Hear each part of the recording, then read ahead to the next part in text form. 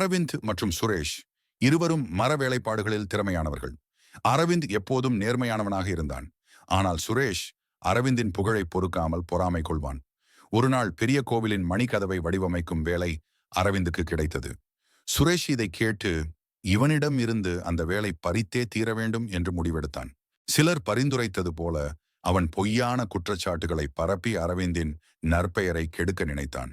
ஆனால் திடீரென்று பொறாமையால் தீய செயல்களை செய்யும் போது முதலில் அது உன்னைதான் எரிக்கும் என்று அவன் தாத்தாவின் வார்த்தைகள் நினைவுக்கு வந்தது. அந்த செயல்கள் வெற்றி பெற்றாலும் பிறர் நம்பிக்கையை இழந்து வாழ்வில் துன்பம்தான் வரும் என்பதை உணர்ந்தான். எனவே அந்த திட்டத்தை விட்டுவிட்டு தன் திறமையால் வேலை பெற முயன்றான்.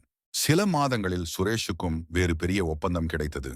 அந்த நாள் முதல் அழுக்காற்றின் அல்லவை செய்யார் இழுக்காற்றின் ஏதம் படுபாக்கறிந்து.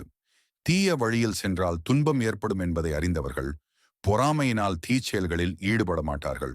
மேலும் பொறாமையால் தீச்செயல் செய்யாமல் இருந்தால் வெற்றி தாமதமாக வந்தாலும் நிலைத்திருக்கும் என்பதை சுரேஷ் உணர்ந்தான்.